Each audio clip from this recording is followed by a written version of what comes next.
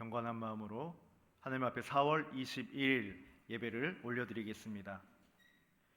여호와가 우리 하나님이신 줄 너희는 알지어다.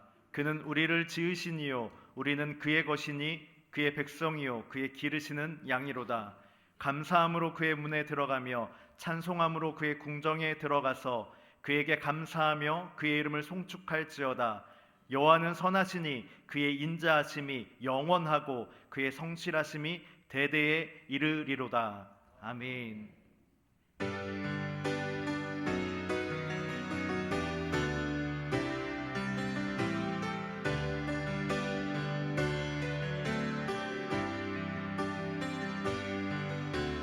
지존하신 주님 이름 앞에 모든 무릎 꿇고 다 경배해.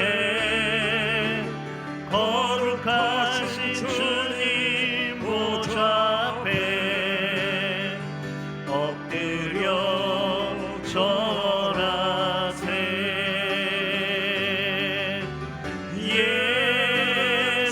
예수는 그리스도,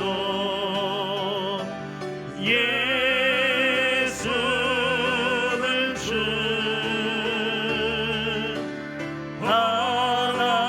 하나님의 영으로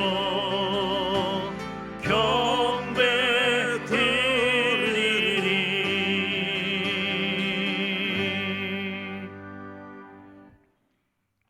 은혜로우신 하나님 아버지, 거룩한 주일을 기억하여 예배하게 하심을 감사합니다. 한 주간 살아온 우리의 삶도 이 시간 드려지는 이 예배도 모두 하나님의 인도하심임을 고백합니다. 아버지의 긍휼하심으로 우리의 모든 죄악을 씻어주시고 신령과 진정으로 하나님을 예배할 수 있도록 인도하여 주시옵소서. 또한 모든 소망의 성도들에게 예배하는 선한 마음 허락하셔서 함께 나와 예배할 수 있기를 간절히 바랍니다.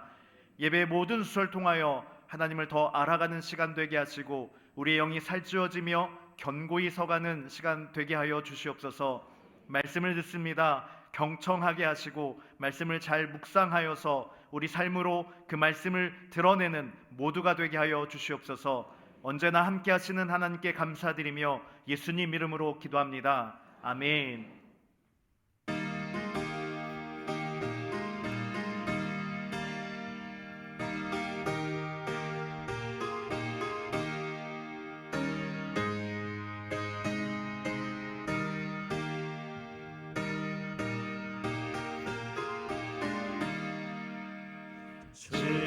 즐겁게 하시갈 날, 반갑고 좋은 날, 내 마음을 변개하니 즐겁고 기쁜 날, 이 날에 정함하니 가보자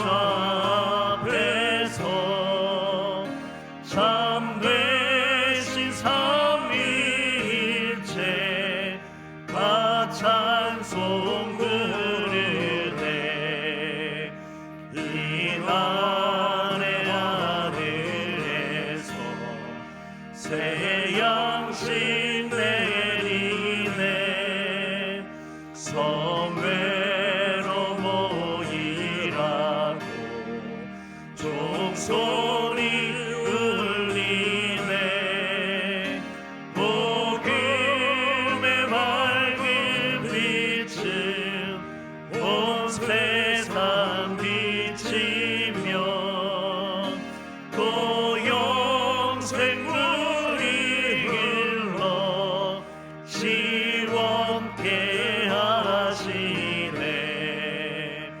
이 주의 지킴으로 새 은혜 입어서 영원히 쉬는 곳에 다 올라갑시다.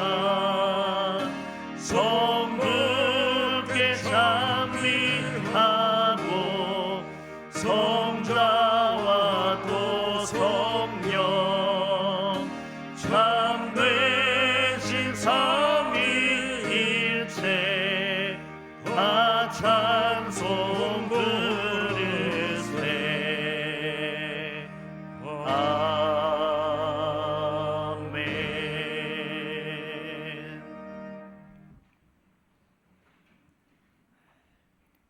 나는 전능하신 아버지 하나님 천지의 창조주를 믿습니다. 나는 그의 유일하신 아들 우리 주 예수 그리스도를 믿습니다. 그는 성령으로 잉태되어 동정녀 마리아에게서 나시고 본디오 빌라도에게 고난을 받아 십자가에 못 박혀 죽으시고 장사된 지 사흘 만에 죽은 자 가운데서 다시 살아나셨으며 하늘에 오르시어 전능하신 아버지 하나님 우편에 앉아 계시다가 거기로부터 살아있는 자와 죽은 자를 심판하러 오십니다. 나는 성령을 믿으며 거룩한 공교회와 성도의 교제와 죄를 용서받는 것과 몸의 부활과 영생을 믿습니다. 아멘.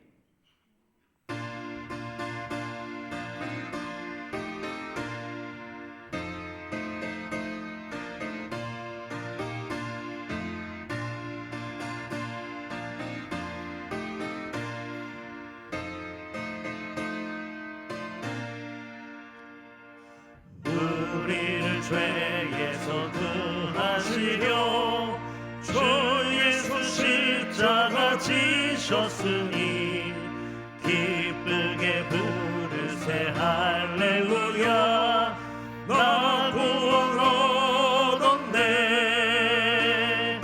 찬송하세 찬송하세 주님 나를 구하셨네 찬송하세 찬송하세 주가 구원하셨네 우리를 주께서 구했으니 이전에 행하던 악한 일과 주하고 더러운 모든 죄를 온전히 버렸네 찬송하세 찬송하세 주님 나를 구하셨네 찬송하세 찬송하세 주가 구원하셨네 나 지금 죄에서 사함받아 거룩한 백성이 되었으니 이 육신 장막을 벗을 때도 겁날 것 없겠네 찬송하세 찬송하세 주님 나를 구하셨네 찬송하세 찬송하세 주가 구원하셨네 우리가 이 세상 떠날 때에 예수의 손목을 굳게 잡고 영원히 즐거운 천국에서 주와 함께 살겠네 찬송하세 찬송하세 주님 나를 구하셨네 찬송하세 찬송하세 주가 구원하셨네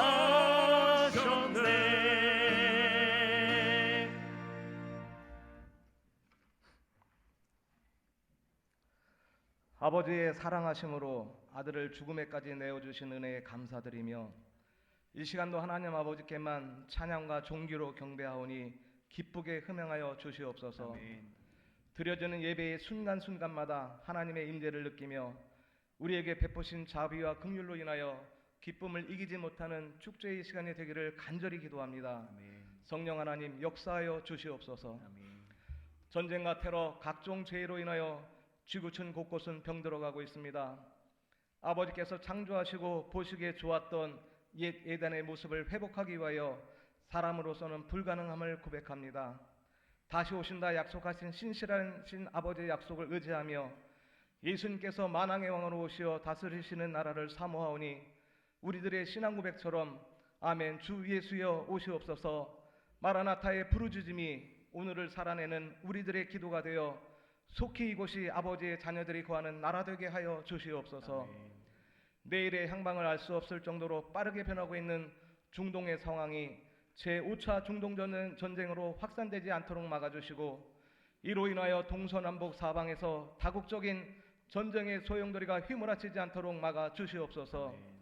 자국의 이익만을 추구하는 강대국들로 인해 파생되어지는 경제적 어려움이 세계 경제를 불황의 나락으로 내몰아 영토 전쟁의 불씨가 되지 않도록 모든 나라들이 서로의 필요를 채워가며 평화로 하나가 되는 세계를 만들기 위하여 힘쓰고 노력하는 그러한 나라들이 되게 하여 주시옵소서.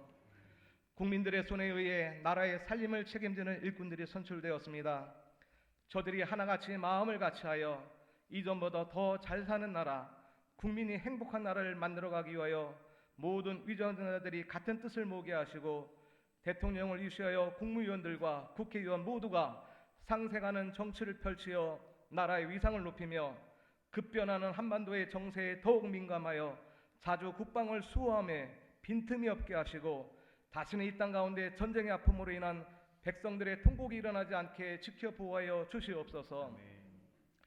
우리들을 사랑하시되 끝까지 사랑하심을 놓지 아니하시는 좋으신 아버지 하나님, 그 사랑의 줄에 매인받은 우리들이 사도행전의 역사를 이어가는 믿음의 신실한 자녀들로 성숙하기를 원합니다. 아멘. 받은 바 은사들을 겸손히 나누어 이루어가며 하나님 나라를 이 땅 이곳 교회 가운데 나타나게 하시고, 교회의 덕을 성도들을 온전하게 하는 진실한 자, 자기 일에 최선과 최고의 일을 하는 모든 사명자들이 되어 가장 작은 믿음으로 세계 교회의 역사에 큰 일들을 이루어가는 소망 교회가 되게 하여 주시옵소서.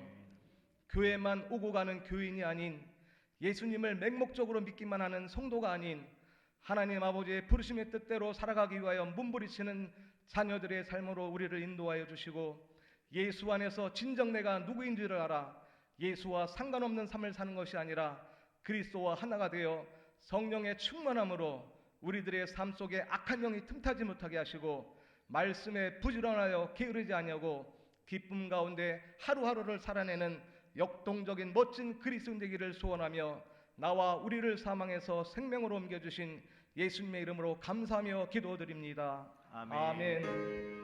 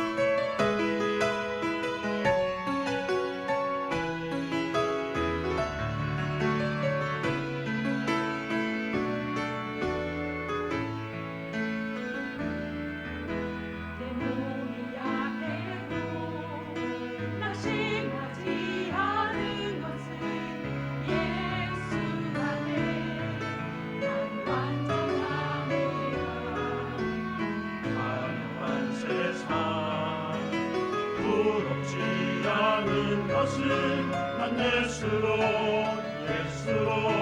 충만하니라. 난 예수로 충만하니 세상 모든 것들로 부럽지 않네. 난 예수로 충만하네. 영원한 왕 내 안에 살아계시네. 난 예수로 충만하네. 세상 모든 풍파도 두렵지 않네. 난 예수로 충만하네. 영원한 왕 내 안에 살아계시네. 영원한 왕 내 안에 살아계시네.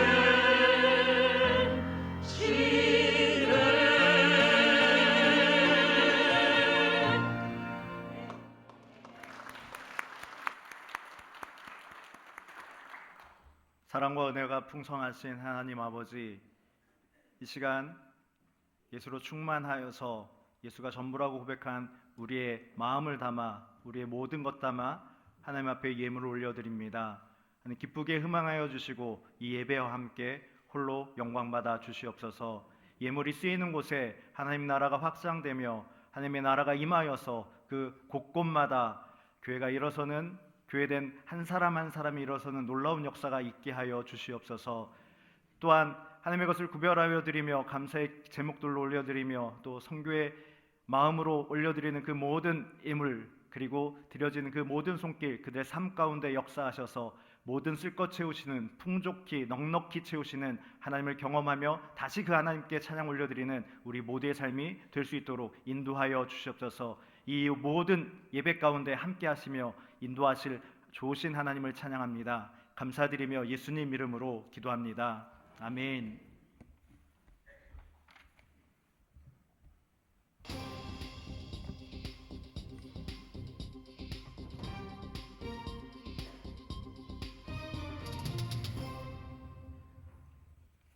안녕하세요. 4월 셋째 주 소망 뉴스를 전해드리겠습니다.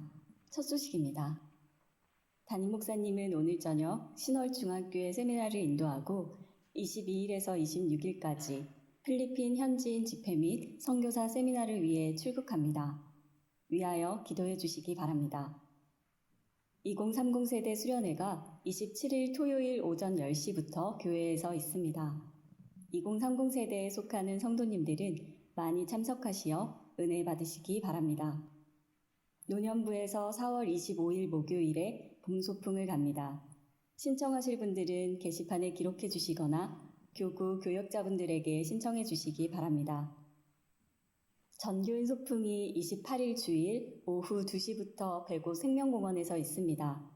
그리스도의 몸된 지체들과 즐거운 시간 보내시기 바랍니다. 구역에서 식사를 준비해서 나누어 먹으며 교제할 수 있기를 바라고 참여하는 전 성도님들에게 선물을 드립니다.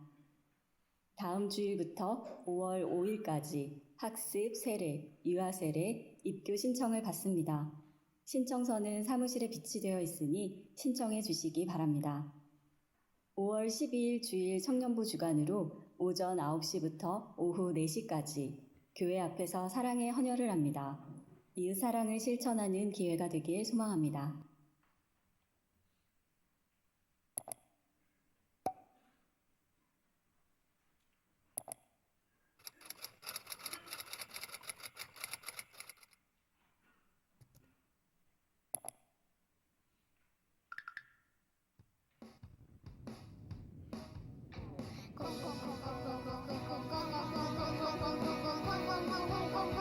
기쁨을 모여라 기쁨 아이 모여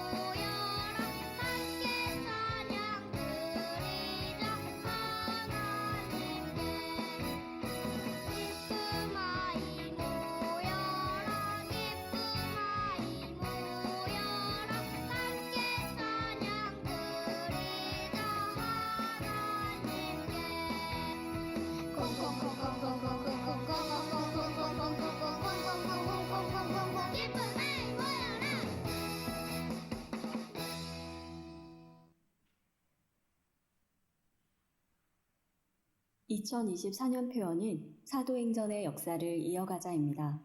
4대 실천 목표를 따라 삶으로 표어를 이룰 수 있도록 합시다. 인도자 교육이 매주 화요일 저녁 9시에 줌으로 있습니다. 많이 참여하여 은혜 받은 것을 나누시기 바라고 구역원들은 모이는 데 힘을 쓰시기 바랍니다. 2024년 어머니 기도회가 매주 수요일 10시 30분에 2층 요한홀에서 진행되고 있습니다. 자녀들을 위해 간절히 기도하는 시간이 되시기 바랍니다. 오늘 하루도 예배 가운데 큰 은혜 받으시고 빌립처럼 성령의 인도하심에 따라 복음 전파자가 되시기를 소망합니다. 감사합니다.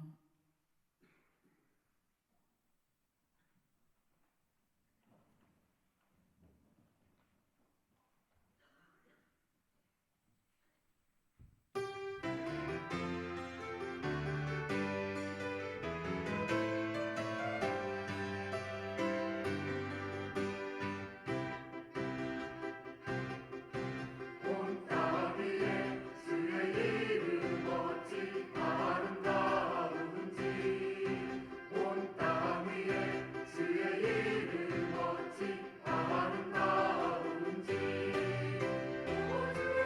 주 찬양 주 찬양 주 찬양 영화의 왕 오주는 전능왕이라 오주는 전능왕이라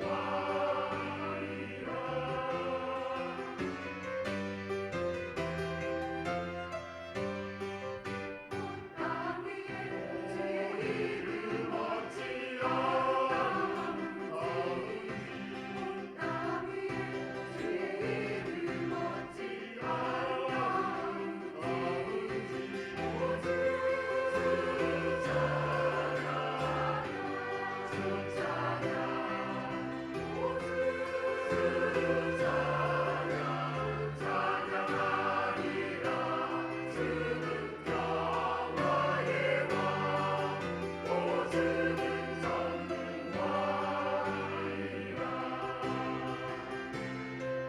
온전한 만물 불어라 다 주를 찬양하리라 할렐루야 할렐루야 저들 빛나는 저들 빛나는 저들 빛나는 저들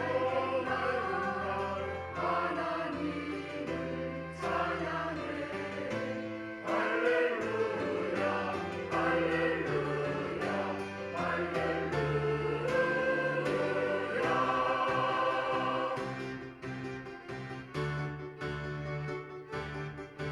온 땅 위에 주의 이름 어찌 아름다운지 온 땅 위에 주의 이름 어찌 아름다운지 오주 찬양 주 찬양 오주 찬양 찬양하리라 주는 영화의 왕 오주는 전능왕이라 온 땅 위에 주의 할렐루야 온 땅 위에 주의 할렐루야 온 땅 위에 주의를 찬양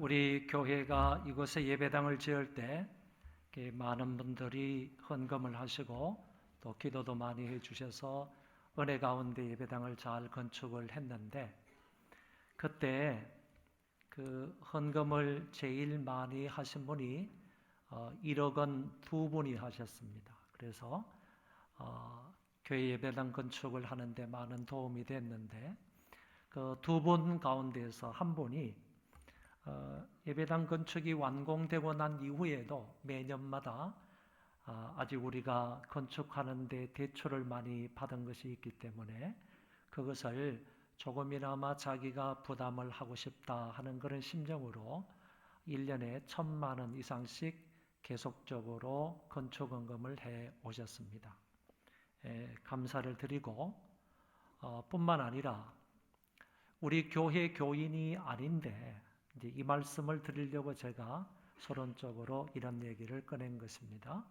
우리 교인은 아닌데 옛날에 우리 교회를 다니셨던 권사님 한 분이 이제 이런저런 사정으로 다른 교회를 가시게 되었는데 그때 건축을 할 때에 건축헌금을 작정하셨는 것 같아요. 저는 뭐 교회 건축헌금을 작정하라고 이렇게 말한 적은 없지만은 마음속으로 이제 건축헌금을 작정하신 것 같아요. 지난주에 문자가 오기를 목사님 그동안 잘 계시냐고 제가 그때 건축헌금을 작정을 했는데 내지를 못한 것이 있습니다. 목사님 교회 계좌번호를 가르쳐 주시면 좋겠습니다. 이렇게 얘기해서 뭐 다 지난 일인데 뭐 그거 가지고 그러냐고 그 교회에 잘 섬기라고 이렇게 이제 말씀을 드리려고 하다가 그래도 우리 교회 건축할 때 작정한 것이니까 우리 교회에 내는 것이 바람직하겠다 이렇게 생각해서 그런 말은 드리지 않고 서슴없이 교회 계좌번호를 가르쳐 줬습니다. 그랬더니 건축헌금을 하셨는데 그분의 형편이 좋지 않거든요. 매우 어려운 그런 생활 형편인데 그럼에도 불구하고 1,000만 원을 헌금해 주셨어요. 그래서 너무 고마운 마음에 제가 고맙다고 감사하다고 문자를 드렸더니 받은 은혜도 많고 또 마음에 작정한 것이 있어서 이렇게 건축헌금을 했습니다 라고 하면서 교회를 위해서 계속적으로 기도하겠습니다 이렇게 말씀하시는 것을 들었습니다. 이렇게 지금은 타교인이 되었음에도 불구하고 그분이 이렇게 크게 건축헌금을 해 주셨는데 대단히 감사를 드리고요. 여러분들에게 말씀을 드리는 것은 아직 교회 빚이 많이 남아 있습니다. 기도 많이 해주시기를 바랍니다. 저는 오늘 저녁에 다른 교회에 집회를 가는데 세미나를 하는데 3시간 연이어서 이제 강의를 하게 됩니다. 세미나를 하게 되는데 그게 끝나면 저녁 9시가 넘습니다. 돌아와서 내일 새벽에 또 필리핀으로 출국을 해야 되기 때문에 상당히 좀 몸이 피곤할 것 같아요. 필리핀에 가서는 현지 선교사님들 60여 명 앞에 이제 한 이틀 동안 지속적으로 세미나를 해야 되고 그리고 현지인들 이제 필리핀 외곽에 있는 마닐라 외곽에 있는 현지인들이 한 1,000여 명 정도 모인다고 합니다. 그 1,000여 명 정도에서 모여서 집회를 하게 되는데 여러분 건강을 위해서 많이 기도해 주시기 바라고 금요일 오후까지 그런 집회를 마치고 나서 곧장 공항으로 이동을 해서 제가 금요일 저녁 비행기로 다시 돌아오게 됩니다. 건강을 위해서 또 은혜롭게 모든 세미나나 집회를 잘 인도할 수 있도록 위해서 기도해 주시면 감사하겠습니다. 하나님 말씀 보겠습니다. 사도행전 8장 사도행전 8장 1절부터 40절인데 기니까 13절까지만 읽어드리겠습니다. 8장 1절부터 13절까지 제가 봉독하겠습니다. 사울은 그가 죽임당함을 마땅히 여기더라. 그날에 예루살렘에 있는 교회에 큰 박해가 있어 사도 외에는 다 유대와 사마리아 모든 땅으로 흩어지니라. 경건한 사람들이 서대반을 장사하고 위하여 크게 울더라. 사울이 교회를 잠멸할세 각 집에 들어가 남녀를 끌어다가 옥에 넘기니라. 그 흩어진 사람들이 두루 다니며 복음의 말씀을 전할세 빌립이 사마리아 성에 내려가 그리스도를 백성에게 전파하니 무리가 빌립의 말도 듣고 행하는 표적도 보고 한 마음으로 그가 하는 말을 따르더라. 많은 사람에게 붙었던 더러운 귀신들이 크게 소리를 지르며 나가고 또 많은 중풍병자와 못 걷는 사람이 나으니 그 성에 큰 기쁨이 있더라. 그 성에 시몬이라 하는 사람이 전부터 있어 마술을 행하여 사마리아 백성을 놀랍게 하며 자칭 큰 자라 하니 낮은 사람부터 높은 사람까지 다 따르며 이르되 이 사람은 크다 일컫는 하나님의 능력이라 하더라. 오랫동안 그 마술에 놀랐으므로 그들이 따르더니 빌립이 하나님 나라와 및 예수 그리스도의 이름에 관하여 전도함을 그들이 믿고 남녀가 다 세례를 받으니 시몬도 믿고 세례를 받은 후에 전심으로 빌립을 따라다니며 그 나타나는 표적과 큰 능력을 보고 놀라니라. 아멘. 오늘 본문인 사도행전 8장에서는 스데반의 선교 이후에 교회가 더욱더 큰 핍박을 받게 되는 것을 기록하고 있습니다. 그 가운데서도 복음은 사마리아까지 편만하게 전파되었다 하는 점을 말해주고 있습니다. 그래서 오늘은 환난과 핍박 중에서도 복음이 인근 지역에 널리 전파되었다는 이 본문의 말씀을 중심으로 살펴보도록 하겠습니다. 스데반의 선교는 외부적으로 볼 때 교회의 부흥이 아니라 오히려 나쁜 결과가 나타났습니다. 교회에 핍박이 일어나자 교인들이 사방으로 흩어지게 되었던 것입니다. 1절에 보면 사울은 그가 죽임당함을 마땅히 여기더라. 그날에 예루살렘에 있는 교회에 큰 박해가 있어 사도 외에는 다 유대와 사마리아 모든 땅으로 흩어지니라. 스데반의 순교와 맞물려서 사울이라는 한 사람이 등장하는 것을 엿볼 수 있습니다. 스데반의 순교하는 그 자리에 그 스데반의 장면을 순교하는 장면을 묵묵히 지켜보고 있었던 사람이 사울이라는 청년입니다. 사도행전 6장에서도 이 사실을 확인해 볼 수가 있습니다. 그는 유대에 일어난 핍박의 주동자가 되는 것처럼 보입니다. 교회 핍박에 특심했던 사람이 바로 사울이었습니다. 3절의 말씀에 보면 사울이 교회를 잔멸할세 각 집에 들어가 남녀를 끌어다가 옥에 넘기니라. 그가 교회를 잔멸하려고 했다고 했는데 이 말의 뜻은 예수 믿는 사람들의 씨를 말리겠다 하는 그런 작전이었습니다. 이 말은 들돼지들이 그러니까 야생 돼지들이 포도원을 파괴할 때 사용되는 말이라고 합니다. 다시 말해서 들판에 뛰어다니는 그 들돼지 또는 멧돼지들이 포도원에 침략을 해서 그 포도원이 다시는 포도원으로서 역할을 하지 못하도록 짓밟아 놓는 것을 말합니다.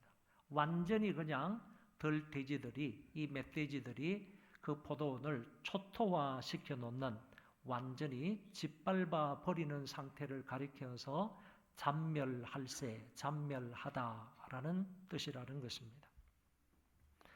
이렇게 교회를 잔멸하고 그리고 각 집에 찾아 들어가서 믿는 남녀를 끌어다가 옥에 넘겼던 사람이 바로 사울이라는 청년입니다. 그는 그 당시 지성인이었고 자신이 믿고 있는 것을 논리적으로 설명할 수 있는 율법의 이론자였다 이렇게 말할 수 있습니다. 다시 말하면 그는 무식한 박해자가 아니라 논리적이며 이지적인 박해자였습니다. 이런 사람이 훨씬 더 무서운 그런 박해 역할을 한다 하는 점을 알 수 있습니다. 효과적이고 그리고 조직적이고 이론적으로 무장한 사람들의 박해는 그렇지 못한 사람의 박해보다도 훨씬 더 무서운 것이며 교회에 악영향을 끼치게 된다는 것입니다. 그러면 여기에서 사도행전에 나타난 지금까지의 박해를 간단히 한번 살펴보도록 하겠습니다. 사도행전 2장 13절의 말씀에 보면 오순절 날에 예루살렘에 찾아온 사람들 중에 사도들의 성령 충만한 사건을 술 취한 것으로 조롱을 했던 사람들이 있었습니다. 다시 말하면 성령에 충만했던 그 사람들을 빗대어 말하기를 술 취했다라고 조롱하며 멸시를 한 사람들이 있었다는 얘기입니다. 이것으로 인하여 믿는 사람들이 안 믿는 사람들로부터 조롱과 멸시와 천대를 받게 되었던 것입니다. 그리고 사도행전 4장의 말씀에 보면 사도들을 옥에 가두고 채찍질을 하고 그들을 위협하며 박해했던 사실이 기록되어 있습니다. 다음 장인 사도행전 5장에 기록된 말씀을 볼 때에는 여기서는 공식적으로 공개적으로 교회를 박해한 것이 나타나고 있습니다. 그리고 사도행전 7장과 8장 초반부에 나타나는 일인데 서대반을 박해했던, 심지어 서대반을 돌로 쳐서 죽이는 이런 장면까지 나타나는 것을 볼 수가 있습니다. 이 이후에 나타나는 그런 교회의 박해에 대한 모습은 사도행전 12장의 말씀인데 거기에 나타나는 박해를 보면 이거는 정치적인 박해였다 하는 사실을 알 수가 있습니다. 노골적으로 체계적으로 정치적인 권력을 이용해서 사람을 죽이는 데까지 박해하는 모습이 기록되어져 있습니다. 오늘 본문의 앞뒤에 배치된 환난과 핍박도 마찬가지이지만 본문의 서대반의 죽음 이후에 당하게 되는 핍박도 결국 복음 때문에 당하게 되는 환난과 핍박이었습니다. 복음 때문에 교회가 환난을 당하였고 그리스도 때문에 핍박을 당하였고 진리 때문에 교회의 복음 전파 때문에 결국 이와 같은 환난과 핍박을 당하게 된 것입니다. 그리고 그 핍박과 환난은 점점 더 강해졌고 그리고 잔인해졌고 조직적이며 전 기독교인들을 대상으로 해서 핍박이 이루어졌습니다. 초대교회는 복음을 전하다가 이런 고난을 당하였던 것입니다. 예수 그리스도를 외치며 예수 그리스도를 가르쳤다는 그 이유 때문에 핍박을 받았습니다. 진리를 말하고 진리를 전파한다는 것 때문에 수모와 멸시와 천대를 받은 것입니다. 예수가 그리스도이시다라는 이 신앙을 지키다가 사람들로부터 매를 맞기도 하고 재산을 빼앗기기도 하고 쫓겨나서 감옥에 갇히게 되기도 했습니다. 그런데 이 같은 핍박으로 인하여 성도들이 사방팔방으로 흩어지는 역사가 일어났습니다. 이 흩어지는 역사는 결국 복음의 확산으로 이어지게 되었습니다. 기독교인들이 핍박을 받아 흩어지면서 가슴에 복음을 안고 이곳저곳으로 흩어져서 그곳에서 복음을 전하게 되었던 것입니다. 핍박을 통하여 흩어짐의 역사가 나타나므로 오히려 복음이 더 힘차게 전파되었던 것입니다. 4절 이하의 말씀을 보면 복음이 예루살렘을 넘어 이제 사마리아 지방까지 퍼져나가는 것을 엿볼 수 있습니다.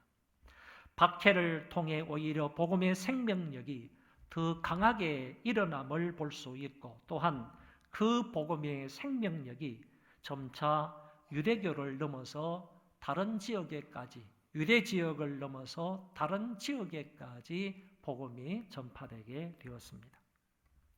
유대에 국한되지 않고 이제는 그 울타리를 넘어서 사마리아 지역까지 퍼져나가게 된 것입니다.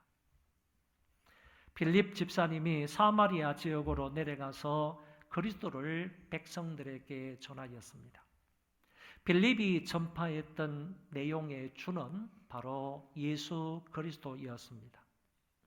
그의 설교와 표적으로 인하여 많은 사람이 예수를 믿게 되었습니다. 그리고 많은 사람들에게 붙었던 더러운 귀신들이 큰 소리를 지르며 나가게 되었고 또 많은 중풍병자들과 안전병이가 나음을 받았다고 했습니다.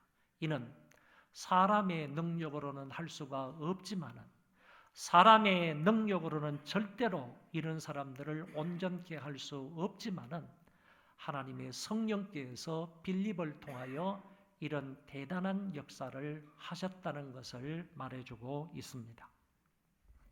이것은 그리스도를 통하여 영적인 문제뿐만 아니라 육적인 문제도 해결을 받았다는 것을 말하고 있습니다. 결국 빌립에 의해서 사마리아에도 큰 기쁨의 소식이 전파된 것입니다. 여러분, 그렇습니다.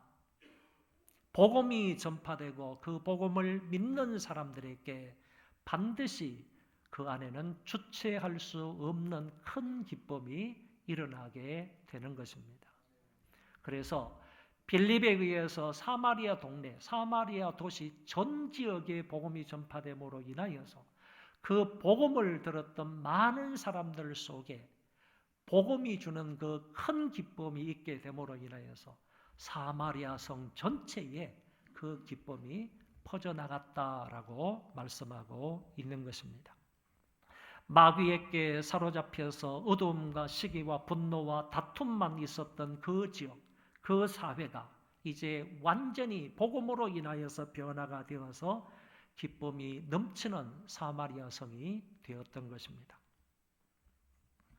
여기 사마리아에서의 전도 역사 속에는 성령의 역사만 있었던 것이 아니고 악령의 역사도 함께 나타나는 것을 볼 수 있습니다. 사마리아 교회의 설립은 복음의 확장을 보여주는 아주 중요한 그런 사건입니다.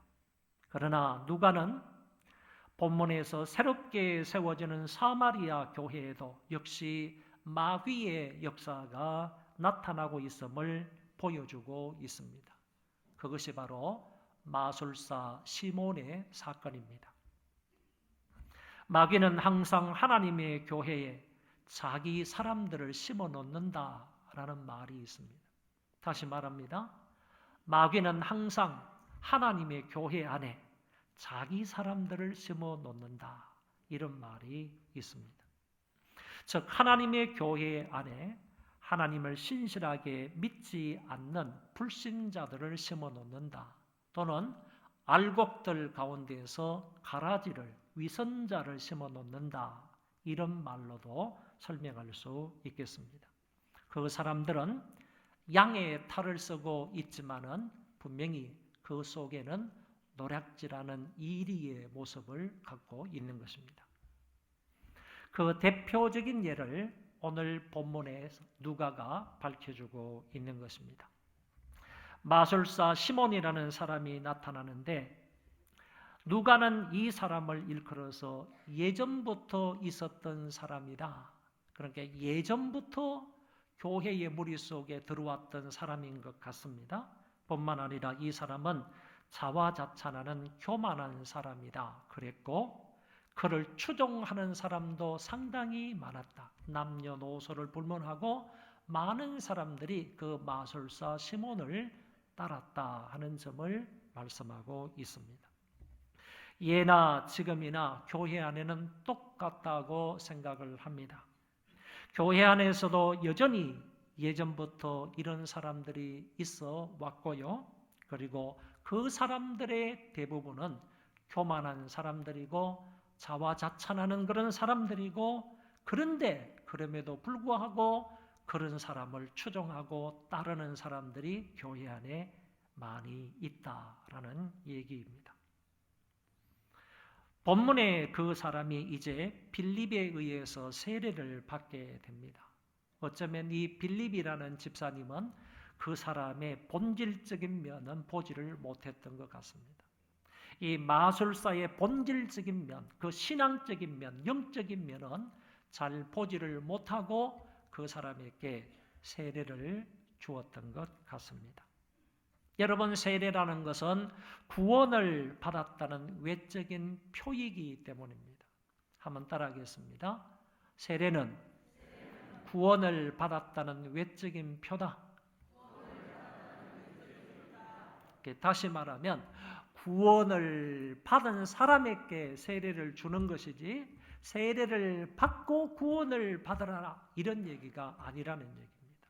그래서 반드시 그 사람이 복음을 듣고 예수 그리스도를 믿는다는 신앙 고백이 있을 때에 그 사람이 이제 예수를 믿는 사람이다라는 것을 표시하기 위해서 물로 세례를 베푸는 것이다.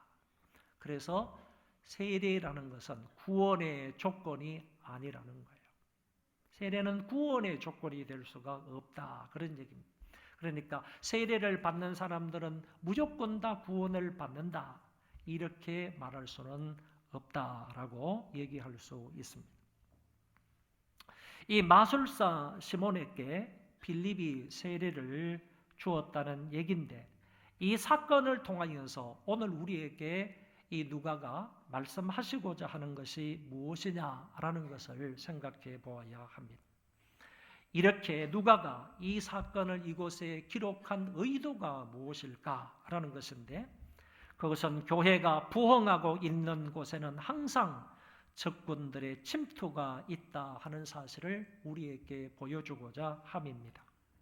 교회 안에는 항상 이런 오염되고 가짜 그리스도인들, 위선자들, 그리고 거짓된 이런 사람들, 가라지와 같은 이런 존재들이 있을 수 있다 하는 점을 우리에게 말하고자 한 것이라는 것입니다.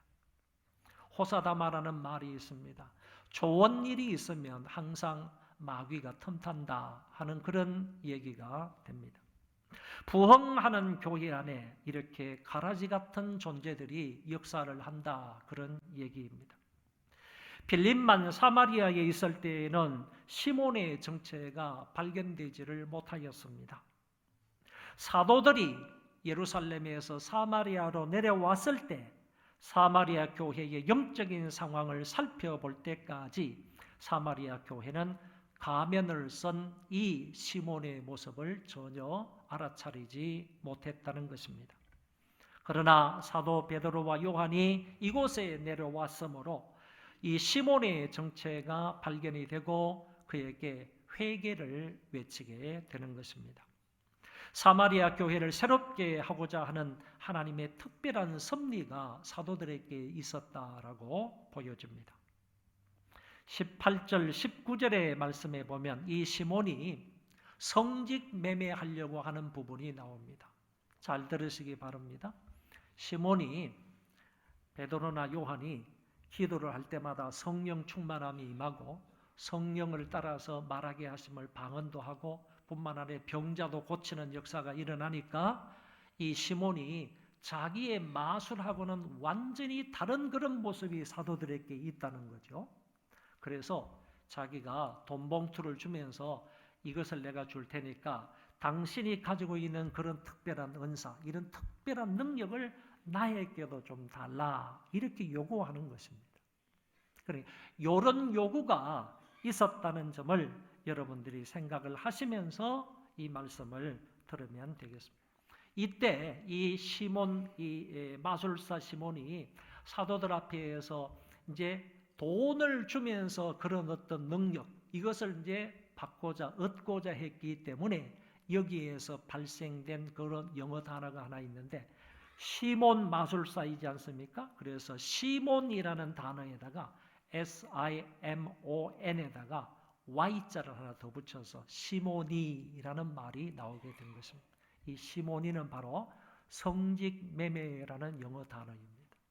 그래서 본문에 나오는 18절 19절의 말씀에 보면 돈으로 그 능력을 살려고 했던 이 시몬을 일컬어서 여기에서 나온 그런 단어가 시모니라는 성직 매매라는 그런 단어가 나오게 되었다 하는 얘기입니다. 베드로를 자기와 같은 마술사라고 착각을 한 나머지 돈만 충분하게 주게 된다면 그런 술법을, 그런 어떤 능력을 내가 이 돈으로 살 수 있을 것이라고 시몬은 생각을 했던 것입니다. 하나님은 돈으로 달랠 수 있는 하나님이 아니시고요. 또 달랠 수도 없으며 돈으로 그 직분을 살 수도 없는 것이고 돈으로 하나님이 주신 은사를 결코 살 수가 없는 것입니다. 베드로에 의해서 시몬의 거짓이, 시몬의 위선이, 시몬의 가짜의 모습이 탄로가 나고 말았습니다. 너는 악독이 가득하여 불의에 매인 바가 되었다.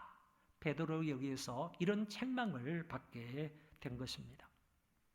빌립만 이곳에 있었다면 드러나지도 않았을 사실이 사도 베드로에 의해서 악한 것이 드러나므로 교회가 진리 가운데 바르게 세워져감을 엿볼 수가 있습니다.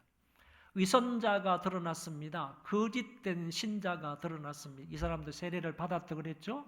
이런 거짓된 사람, 거짓된 위선자, 그리고 가라지와 같은 이런 존재가 그대로 드러나게 되었다라고 말할 수 있습니다.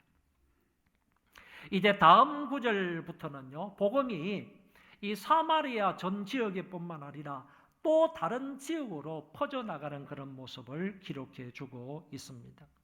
예수님께서 너희가 성령을 받으면 권능을 받고 예루살렘과 온 유대와 사마리아와 땅끝까지 이르러 내 증인이 되리라 이렇게 말씀을 하셨는데 예루살렘에 이제 복음이 전파가 되었습니다. 온 유대에도 복음이 전파가 되었습니다. 그 윗지방인 사마리아도 이제 빌립에 의해서 복음이 전파가 되었습니다. 여기에서 끝나지 아니하고 이제 세 번째 단계인 예루살렘과 온 유대와 사마리아와 땅끝까지 복음이 전파된다고 하셨으므로 이제 빌립에 의해서 땅끝까지 복음이 전파되는 모습이 26절 이하에 기록되어져 있다는 것입니다. 빌립이 성령의 지시를 받아서 광야에서 에티오피아 내시에게 복음을 전한 사실입니다.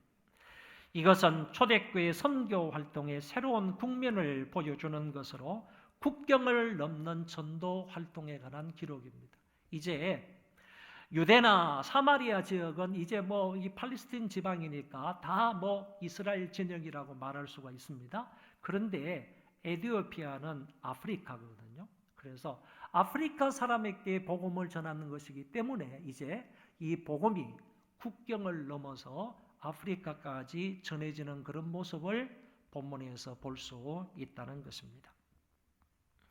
빌립은 누구의 지시를 받아서 전도의 길을 가게 되는지 본문을 통해서 보시기 바랍니다. 빌립은 주의 사자의 지시를 받았는데 이때의 주의 사자는 26절에 나오는 단어입니다.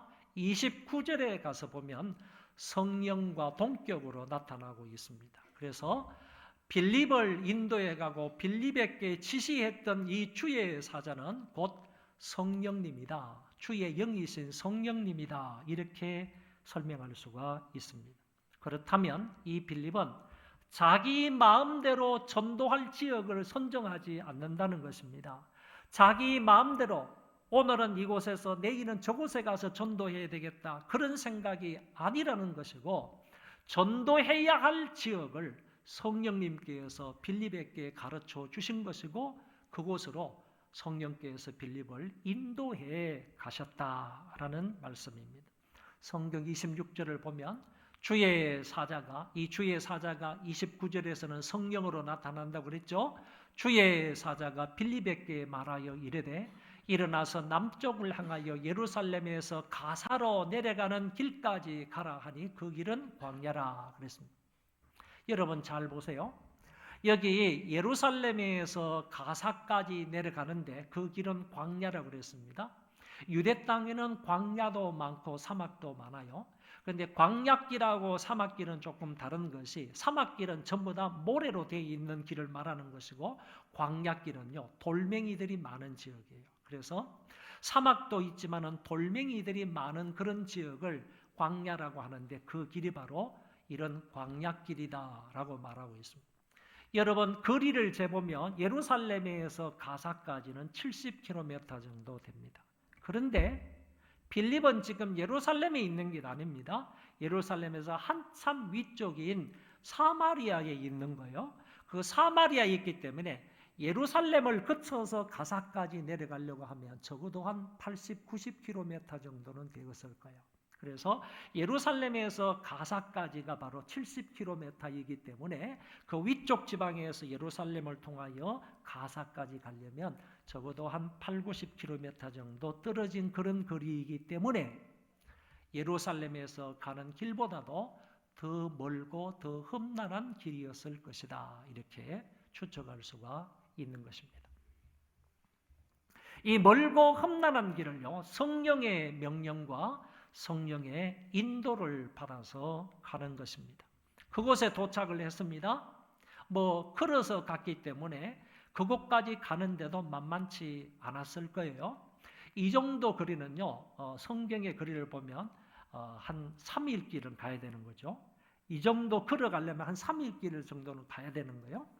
그곳에 도착을 해보니까 그곳에 어떤 사람이 기다리고 있었느냐 하면은 에티오피아 여왕의 종이 예루살렘에 예배를 하러 왔다가 돌아가는 길이었습니다. 돌아가는 길에 그곳에서 하나님의 말씀인 두루마리 성경을 읽고 있었던 겁니다. 이런 상황 속에 있었던 그 에티오피아 여왕의 종을 이곳에서 만나게 되는 것입니다. 우리가 아는 것처럼 이 에티오피아는 쿠스라고 말하기도 하고요, 누비아라는 나라를 말하기도 하는데, 지금으로 말하면 이집트 동쪽, 남쪽을 말하고 동남쪽을 말하는 것이고, 동남부에 있는 땅을 말하는 거고, 수단 지역의 북부 쪽에 있어요. 수단 북부 쪽, 이집트의 남쪽 지방에 있는 그 지역을 에티오피아 그리고 누비아라는 그런 지역이라고 말할 수 있습니다. 그런데 여기 말씀에 보면 모든 국고를 맡은 관리인 네시라는 말이 27절에 나타나는데, 모든 에티오피아의 모든 국고를, 재무장관 정도 되는 것 같아요. 모든 국고를 맡은 그 네시가 그랬습니다. 관리를 맡은 그런 네시라고 말했는데, 문자적인 의미로 네시라고 말한다면 문제가 하나 발생하는 거예요. 신명기 23장 1절의 말씀에 보면 거세를 한 사람은 하나님의 총회에 들어올 수 없다라는 말씀이 있어요. 그러니까 거세를 한 사람은, 모든 내시들은 다 거세를 해야 되지 않습니까? 그런데 거세를 행하고는 하나님의 총회에 들어올 수 없으므로 예루살렘 성 안에 들어가 가지고 예배를 할 수 없는 거예요. 그렇게 된다면 이 사람이 예루살렘에 예배하러 왔다가 되돌아가는 길이기 때문에 이 문자적인 의미의 내시는 아니었을 것이다, 이렇게 생각할 수 있는 거예요. 그래서 이 내시라는 말 속에는 문자적인 의미의 내시라는 말도 있지만은 그 외에 궁중의 일을 맡은 고관이었을 것이다, 이렇게 생각할 수 있습니다. 궁중의 일을 맡은, 특별히 재무적인 일을, 재정적인 일을 맡아서 했던 아주 높은 그런 관리인이었을 것이다, 이렇게 말할 수 있겠습니다. 이 사람이 예루살렘에 와서 예배를 드리고 이제 자기 본국으로 돌아가는 그런 길인데 가사까지 내려가고 있는 겁니다. 그래서 그곳에서 빌립의 성령의 인도를 받아서 그곳에서 이 사람을 만나게 된 것입니다. 이 사람이 두루마리 성경을 마차 안에서 읽고 있었는데, 그 성경이 어디냐 하면은 바로 이사야 53장 7절 8절의 말씀이었습니다. 이사야 53장 7절 8절의 말씀을 읽으면서 마차에 타고 있었던 것이죠. 성령께서 이 빌립에게 마차에 가까이 접근을 해라, 이렇게 말하니까 성령의 지시를 따라서 빌립이 마차에 접근을 해서 성경을 읽고 있는 그 내시에게 읽는 것을 깨닫습니까? 라고 물었어요. 당신이 읽고 있는 그 성경 말씀을 깨닫느냐?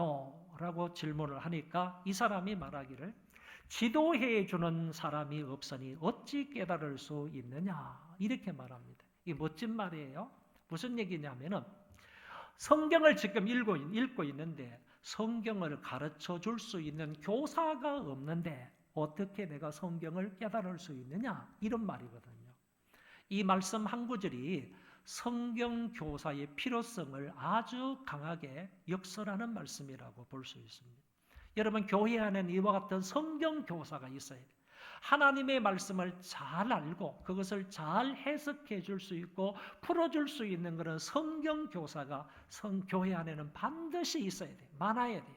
마치 안디옥 교회가 그랬던 것처럼, 안디옥 교회가 이방인 교회로서 아주 좀 평안이 든든히 서가고 부흥 발전할 수 있는 그런 교회가 될 수 있었던 것은 그 안에 바울과 같은 훌륭한 그런 성경 교사가 많았기 때문이거든요.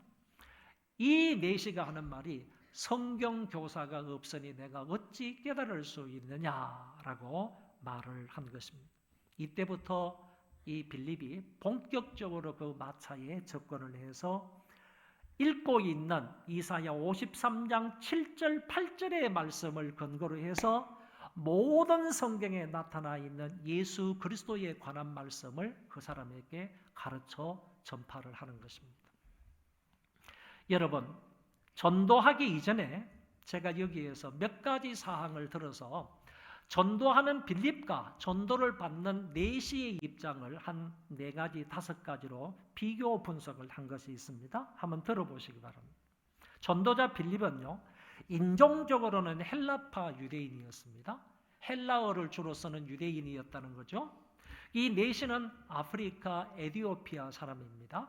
인종적으로 완전히 다른 거죠. 그리고 빌립은요, 종교적으로 유대인이었습니다. 내시는 종교가 없는 이방인이었을 것 같은데 어떤 루트를 통하여든지 간에 이 사람이 뭐 예수를 믿었든지 뭐 아니면 유대교에 뭐 가입을 했든지 뭐 그런 사람이 되었던 것 같습니다. 그리고 빌립은요, 직업적으로 오로지 하나님의 사명을 따라서 전도하는 그런 사람이었어요.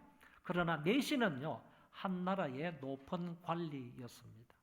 그리고 빌립은요, 경제적으로 아주 가난한 사람이었어요.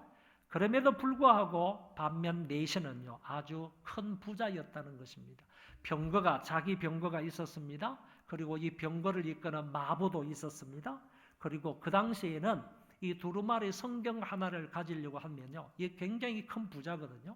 근데 이 사람은 두루마리 성경을 가지고 읽고 있었으므로 뭐 그 당시에는 뭐 사범들 아니면 거의 없었을 터인데 그런 성경 두루마리를 가지고 있었기 때문에 지금도 두루마리 하나 가지고 있으면 상당히 부자거든요. 두루마리를 잘 가질 수 없어요. 그 두루마리 하나 가지면 뭐 하나에 몇 억씩 되니까. 근데 이때에 이 그 두루마리 성경을 적어도 이사야서의 말씀을 가지고 있다는 거잖아요. 그걸 두루마리 성경을 펴가면서 성경을 읽고 있었으니까 이거는 대단히 큰 부자임을 말해주고 있다고 봅니다. 그리고 이 빌립은요, 신체적으로 먼 길을 80km, 90km를 달려왔기 때문에요, 손발이라든지 옷들이나 이런 것이 굉장히 지저분하고 깨재재했을 것입니다. 그런데 내시는요, 그 병거 속에서 성경을 읽고 이렇게 마차를 타고 왔기 때문에 시원한 곳에서 깨끗한 모습으로 그 안에서 있었을 것이라고 봅니다. 이런 엄청난 차이가 남에도 불구하고요, 전도자 빌립 집사님은 그에게 다가가서 복음을, 예수 그리스도에 대한 말씀을 담대하게 전파하게 되었습니다. 내시는 빌립을 마차 위로 청했습니다. 그리고 자기가 읽고 있는 그 말씀을 제시하면서 도대체 선지자가 이 말한 것은 누구를 가리키느냐 이렇게 질문을 했습니다. 선지자 자기 자신을 가리키느냐 아니면 다른 사람을 가리키느냐라고 물었을 때 이 성경을 근거로 해서 빌립이 예수 그리스도를 전파하게 됩니다. 35절 말씀이에요. 빌립이 입을 열어 이 글에서 시작하여 예수를 가르쳐 복음을 전하니 할렐루야. 이 글에서 시작해서 이 말씀을 근거로 해서요, 다른 성경에 나와 있는 그리스도에 대한 모든 말씀들을 그 사람에게 전파했다라고 말씀하고 있습니다. 이 말씀은 선지자 자신을 가리키는 것도 아니고요, 다른 사람을 가리키는 것도 아니라 이 말씀은 바로 예수 그리스도를 가리키는 말씀이다. 여러분, 사실 그렇습니다. 이사야 53장뿐만 아니라 구약의 모든 성경은요, 예수 그리스도를 가리키는 것입니다. 예수 그리스도를 드러내는 겁니다. 예수 그리스도를 전파하고 있는 것입니다. 구약 성경뿐만 아니라 신약 성경도 마찬가지입니다. 성경 66권 전체의 핵심은요, 예수 그리스도라는 얘기입니다. 존 웨슬레라는 사람이 이런 말을 했습니다. 믿는 사람이 믿지 않는 사람들에게 줄 수 있는 게 뭐냐? 그들에게 예수 그리스도뿐이다. 이런 말을 했습니다. 감리교회 창설자이지 않습니까? 감리교단의 창설자인 존 웨슬레가 복음을 믿고요, 예수 그리스도를 믿고 난 이후에 복음의 열정적인 마음으로 정말 온 세계를 누비면서 다니면서 전도를 했던 사람인데, 동생이 찰스 웨슬레입니다. 동생이 이제 음악을 잘하니까 동생이 한 6,500곡의 찬송을 지었거든요. 동생이 가가지고 찬양을 인도하면요, 그 찬양으로 인하여서 만물이 열리게 되면 형님이 나타나서 복음을 전하는데요, 얼마나 많은 사람들을 전도했는지 모릅니다. 그 존 웨슬레가 말하기를요, 믿는 사람이 안 믿는 불신자들에게 줄 수 있는 게 뭐냐? 그거는 예수 그리스도뿐이다. 길이요 진리요 생명이 되시는 그 예수 그리스도, 그 그리스도를 줄 뿐이다, 이렇게 말씀하고 있습니다. 여기서 빌립은 집사이지만요, 당시 유대인으로서 성경을 잘 알고 있었음을 확인할 수 있습니다. 내시에게 접근을 했을 때 내시가 읽고 있었던 그 성경이 바로 어떤 성경인지를 알았고요, 그 성경의 의미가 무엇인지를 알았기 때문에 그 내시에게 잘 해석해 줄 수가 있었던 것입니다. 만약에 이 빌립이 성경을 잘 모르는 사람이라면 자기가 두루마리 성경을 가지고 있었는지는 모르겠지만은, 내시님 조금만 기다려 보십시오, 제가 그 성경이 어디 있는지 한번 보겠습니다, 막 이렇게 살펴봐가지고 그 성경, 이사야 53장 말씀이네요, 이렇게 말한 것이 아니라는 얘기입니다. 그리고 그 말씀이 누구를 지칭하는지 누구를 가리키는지 이 말씀을 듣기만 해도요, 이 빌립 집사님은 그거는 바로 예수 그리스도를 의미하는 겁니다. 그리스도의 고난을 나타내는 말입니다. 충분히 알았기 때문에 이런 것을 찾거나 성경을 찾거나 주석을 찾거나 이런 것이 없이 그대로 그냥 말씀을 가르치고 전파할 수가 있었다, 그런 얘기입니다.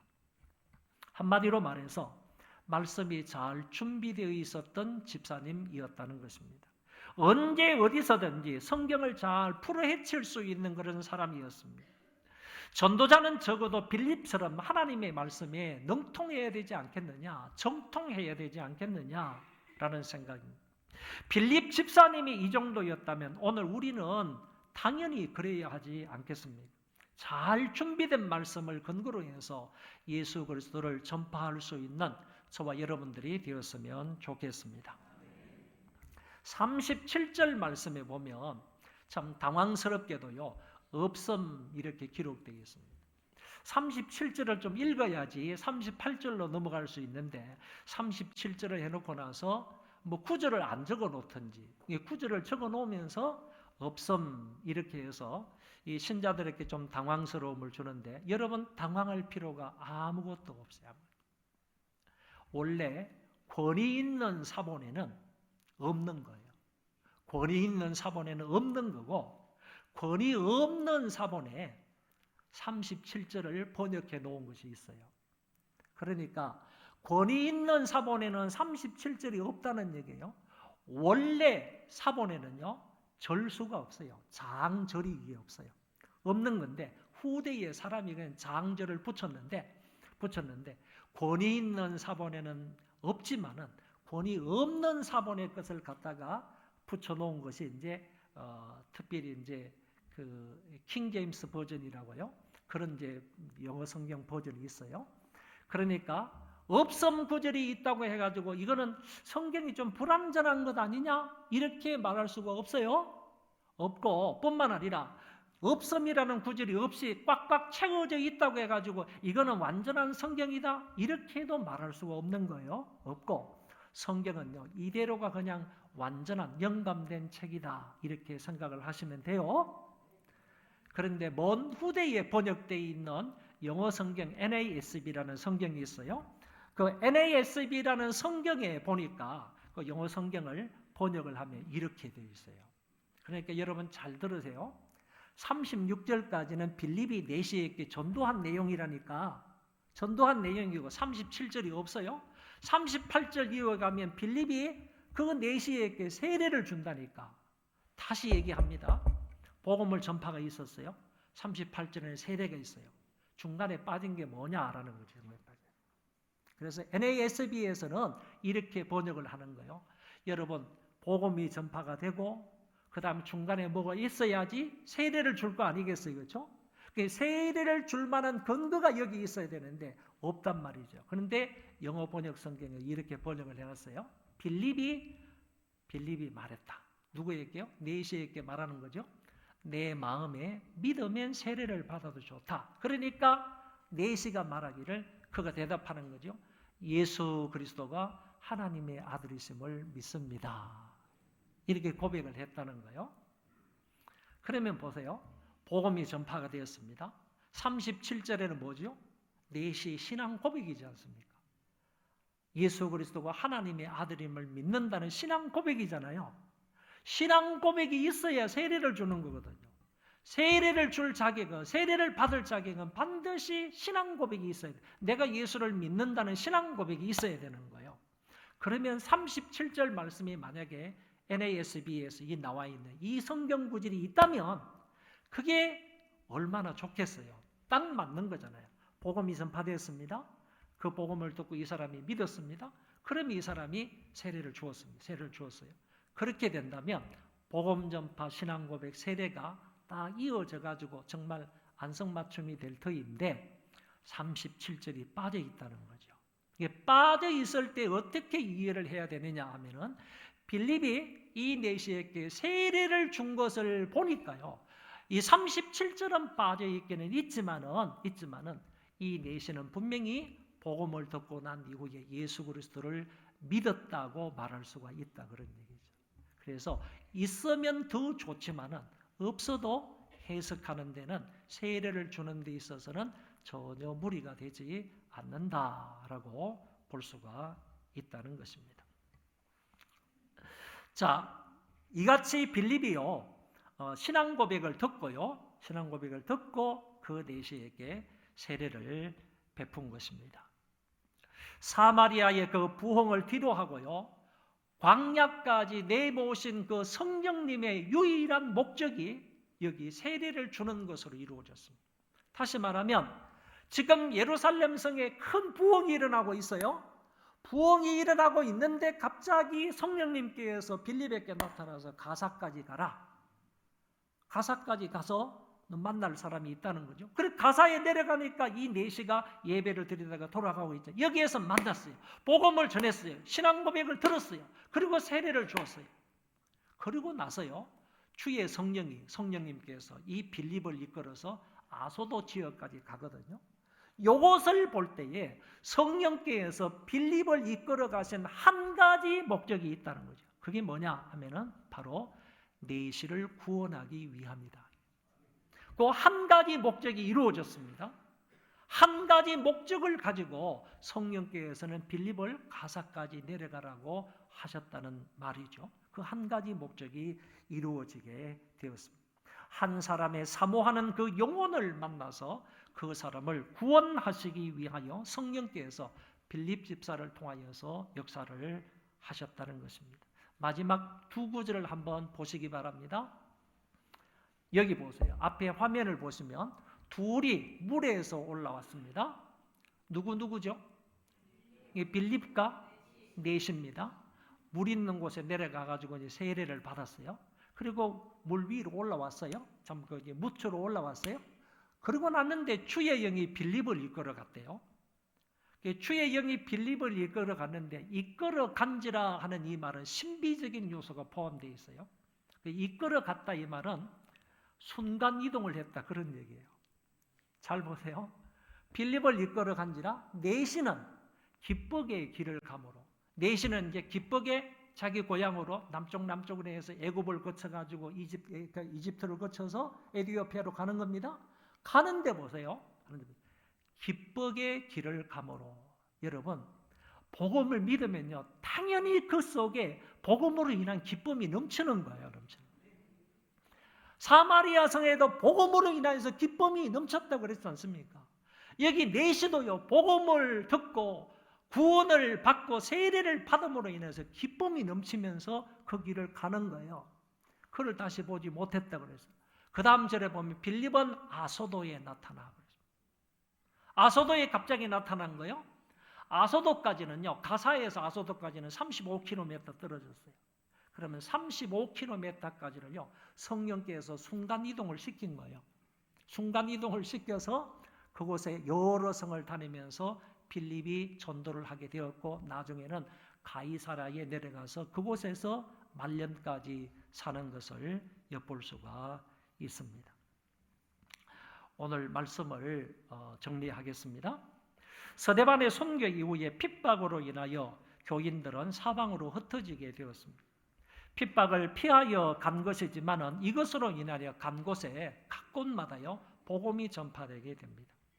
유대 윗지역이며 갈릴리 아래 지역이었던 사마리아로 가서 복음을 전한 사람이 빌립이었습니다. 이곳에서 복음을 전했을 때 대단한 부흥의 역사가 일어났습니다. 그래서 예수를 믿게 되고 믿는 사람들 안에 기쁨이 충만하게 되어서 온 성 안에 기쁨이 넘쳤다고 말씀합니다. 빌립이 그랬던 것처럼 우리 가운데도요 우리 가운데 한 사람이라도 성령에 충만한 그런 사람이 되어서요 나아가서 복음을 전하는데, 백옷 전 지역의 주민들이 7만 명이니까 이 7만 명의 모든 사람들에게 복음을 전함으로 인하여서 7만 명의 모두가 다, 우리 교회는 안 나오더라도요 7만 명의 모든 사람들이 다 예수를 믿고 구원을 받는 이런 놀라운 역사가 일어나기를 바랍니다. 그러나면 그렇게 되면요 이 백옷 지역에도 정말 복음으로 인한, 구원을 받은 사람들로 인한 큰 기쁨의 도성이 될 줄로 믿습니다. 여러분, 복음 안에는 큰 기쁨이 있다고 했으므로 이 도시 안에요 복음이 전파되기만 하면 그런 사람들에 의해서 기쁨이 이 도성 안에 전체로 넘쳐나게 된다는 얘기입니다. 여러분, 사마리아가 좋지 않은 동네였어요. 여기도 성경에 나오는 것처럼 귀신 들린 사람도 많았다고 그랬잖아요. 안전뱅이들도 많았다고 그랬잖아요. 이런 이제 지체불구자들요, 이런 사람들이 상당히 많았다고. 여러분, 도시마다 이런 것들이 많은 지역이 있어요. 많은 지역이 있다니까. 한번 백옷은 뭐 그런 지역은 아니라 할지라도요 조사를 해볼 필요가 있어요. 7만 명 가운데에서 예수 믿는 사람이 몇 명인지 한번 조사가 한번 필요하기도 해요. 그러면 안 믿는 사람들에게 나가서 우리 교회, 우리 소망교회 식구들이 복음을 전함으로 인해 그 사람들이 예수 믿게 된다면요 이 도성은, 백옷 도성은요 정말 하나님이 주시는 그 기쁨, 그런 기쁨으로 충만하게 되리라고 믿습니다. 한 가지 사실만 여러분들에게 말씀을 드리고 마치고자 합니다. 이 내시가 빌립을 통해서 복음을 듣고 믿고 세례를 받았잖아요. 그런데 전설에 의하면요 이 사람이 에티오피아로 갔습니다. 여왕을 전도했다는 거죠. 여왕을 전도해서 이 여왕이 예수 믿게 되자 모든 국민들에게 예수를 믿으라고 권해서 그 나라 전체를, 에티오피아 전체를 기독교 국가로 만들었답니다. 이런 역사가 만약에 사실이라고 한다 그러면 빌립의 역할이 얼마나 중요한 역할이었냐. 그 빌립 한 사람이 내시를 전도함으로 그 사람의 전도를 통해서 여왕이 전도를 받고 여왕을 통해서 국민들이 예수를 믿게 되고 그 나라 전체가 기독교 국가가 될 수 있었다고 한다면 빌립의 이 역할이 얼마나 대단한 역할인가 하는 점을 우리가 알 수가 있습니다. 오늘 저와 여러분도요 성령의 인도함을 따라서 성령의 능력을 받아서 빌립처럼 이런 전도자의 삶을 살 수 있기를 바랍니다. 우리 다 일어나셔서 찬송 한 장 부르겠습니다.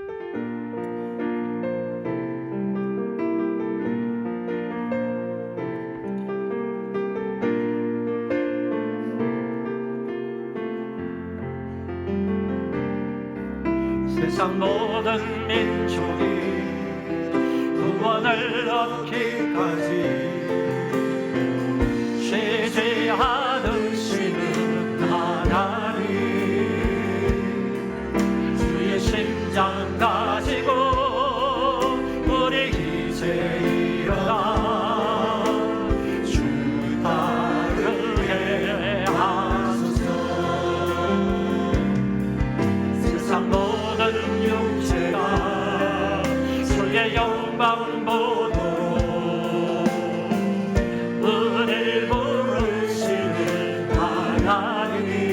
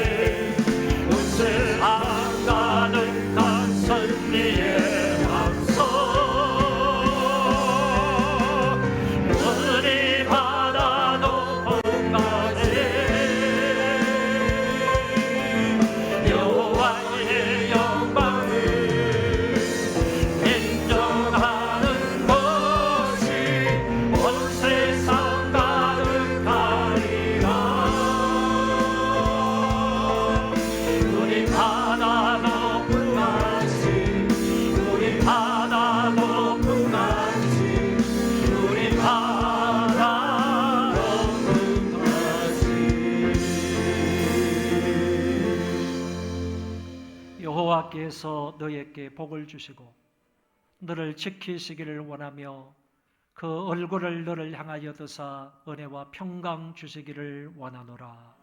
아멘.